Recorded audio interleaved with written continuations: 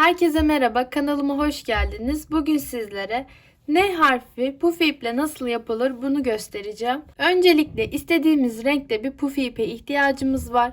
Şimdi kaç ilmeğe ihtiyacımız var size söyleyeyim. 1, 2, 3, 4, 5, 6, 7, 8, 9, 10, 11, 12, 13, 14, 15, 16.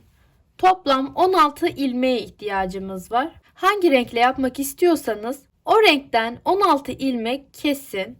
Sonrasında ipin başını ve sonunu açacağız. Şu ortasında bulunan ipler var. Bakın. Böyle ilmeklerin arasını açtığınızda ortasında ipler olduğunu göreceksiniz. Şöyle makasımı alıyorum. Direkt ortaya geçiriyorum ve kestim. Bakın ilmeğim açıldı. Aynı şekilde bunun ipin sonuna da yapıyorum bunu. Tuttum. Şöyle tutup direkt makası arasından geçirip keserseniz açılacaktır. Bu şekilde ipin başını ve sonunu açtım. İlk önce yerimizi belirliyoruz. Yapacağımız şeyde siz battaniye yapacak olabilirsiniz ya da atkı yapacak olabilirsiniz. Şimdi atkıda battaniyeye belki biraz daha büyük yapabilirsiniz ama ben ortalama nasıl yapmanız gerektiğini zaten öğreteceğim. Ve atkıya yapılacak büyüklükte yapacağız şu anda. Yani şu kadar falan olacak bunun boyutu. İpimi alttan yukarı olacak şekilde yani arkadan öne doğru olacak şekilde geçirmeye başlayacağım. Bu ara kısımlardan geçireceğim. Bakın geçirdim. Şu bizim bağlayacağımız ip olacak. O burada kalsın. Sonra tek tek hiç boşluk atlamadan 5 tane üst üste böyle geçiriyorum.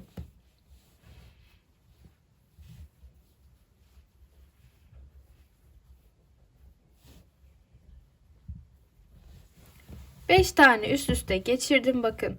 Tam aralardan şu anda 3 sıra bu tarafa doğru gelmiştim. Tabi sizin atkınız daha geniş olabilir. Siz tam ortalama olarak şöyle elinizle bir ölçü alın. Ona göre yaparsınız. Geçirdiniz. 1, 2, 3, 4, 5. 5 tane üst üste geçirdik. Şimdi çapraz olarak bu tarafa doğru ilerleyeceğiz. Elime sıradakini alıyorum. Yine arkadan öne olacak şekilde geçirmeye başlayacağım. Hemen bir alt sıradaki yerin hemen yan ilmeğine bakın. Şu bir ilmeklik yer bırakıyorum arada. Buraya geçirdim. Sonra hemen onun altındaki şu tam orta kısmına yani bir alt sıraya geçiyorum.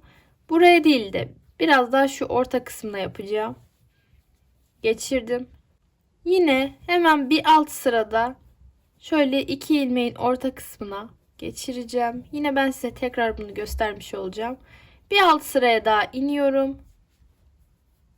Ara kısma yine geçirdim. Yani nereye geçirmiş olduk şöyle daha net de göstereyim size. Bakın toplam şurada şununla başladığımız yerle 3 tane ilmek var. Arasında en son bitirdiğim yerin. Diğerlerini şu ortadakileri direkt ilmeklerin orta kısmına yani şu geniş boşluklara değil de dar boşluklara geçirmiştim. Buradan yukarı doğru çıkmaya başlıyorum. 1 2 3 Şimdi en sonda buradan yukarıya doğru 4 tanesini sağ taraftaki çubuğun 4 tanesini geçirdim. 5.'yi geçirmeyeceğim. Çünkü orayı daha farklı bir şekilde kapatacağız. Ben size sayıyı verirken 16 olarak verdim ama 14 olması gerekiyordu. Bunu videonun başında yazmışımdır muhtemelen. Şöyle 2 tane o yüzden şu anda bende arttı. O yüzden kalan 2 taneyi şöyle arasını açarak ben keseceğim. Çünkü çok fazla bana göre.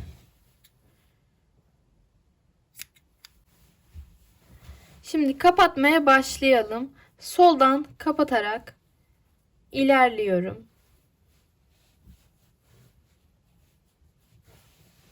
Yukarıya doğru kapattım. Şimdi bunu direkt böyle çevirmeyeceğim de direkt aşağıya doğru indireceğim. Yani yukarı doğru çıkıyorduk. Bunu böyle çevirmeyin. Direkt bakın böyle aşağı doğru indirin.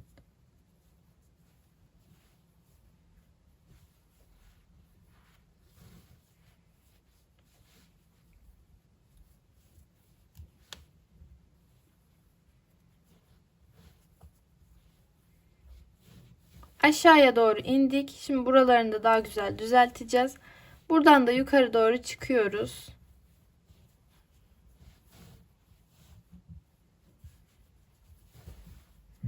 Bakın şimdi bu tarafta kaç tane oldu? 4 tane oldu. Buraları böyle elinizle düzeltebilirsiniz. Bakın şekli düzelecektir. Şimdi şurada son bir tane kaldı.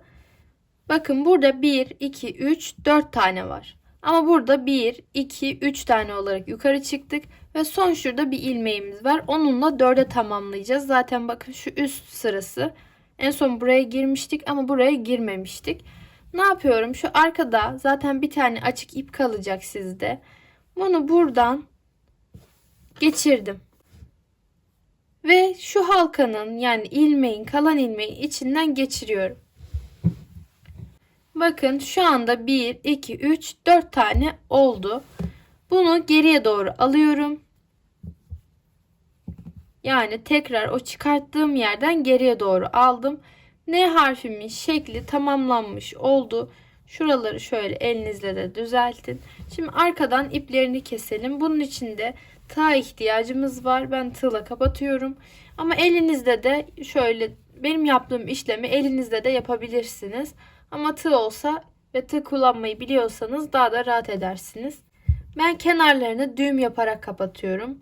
Şimdi buradan tığımı geçirdim. Kalan ipi de içinden böyle alıyorum. Birazını çıkarttıktan sonra burada bir halka kalıyor. O halkanın içinden de buradaki ipi geçiriyorum.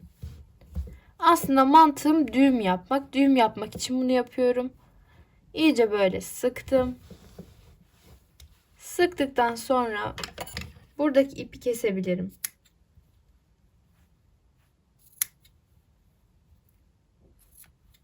Güzelce kestim. Şimdi diğer taraftaki yeri yapalım. Buradan yine bir yerden bakın şöyle hemen alttan giriyorum ama şu arkaya geçmeyin. Tığ geçirirken burada bunların altından yani buralardan geçirin. Böyle tığımı geçirdim. Yine ufak bir halka yapacağım. Birazını çektim ve kalan ipi de o halkanın içinden tığ yardımıyla geçirdim. Sıkıyorum şimdi ve düğüm olacak. Burası bitişini yaptığımız yer olduğu için ben bir tane daha da düğüm yapacağım. Daha da sağlam olması için. Şöyle geçiriyorum. Bir türlü alamadım.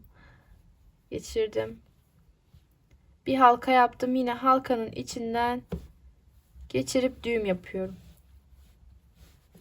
İyice elimle sıktım. Şimdi kalan ipi de artık kesebiliriz.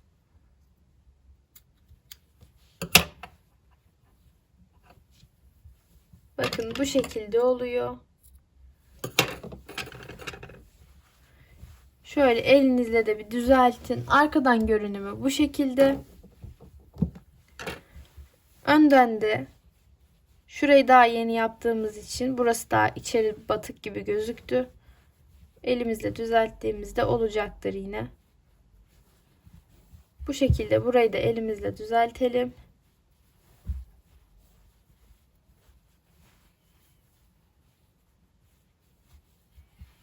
Evet, son haliyle bu şekilde olmuş oldu. Bence çok güzel oldu. Bakın. Hem küçük.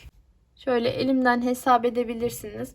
Gayet boyutu da ideal oldu. Umarım videoyu beğenmişsinizdir ve size yardımcı olmuştur. Sıradaki harf hangi harf olsun bunu yorumlara yazmayı unutmayın. Eğer pufi iple yapılacak örgü modelleri arıyorsanız da sayfamda birçok modelini çektim. Hatta çekmeye de devam ediyorum. Çok güzel modeller gelecek. Bunlar için de takipte kalın. Yorum yapmayı unutmayın. Kendinize iyi bakın. Hoşça kalın.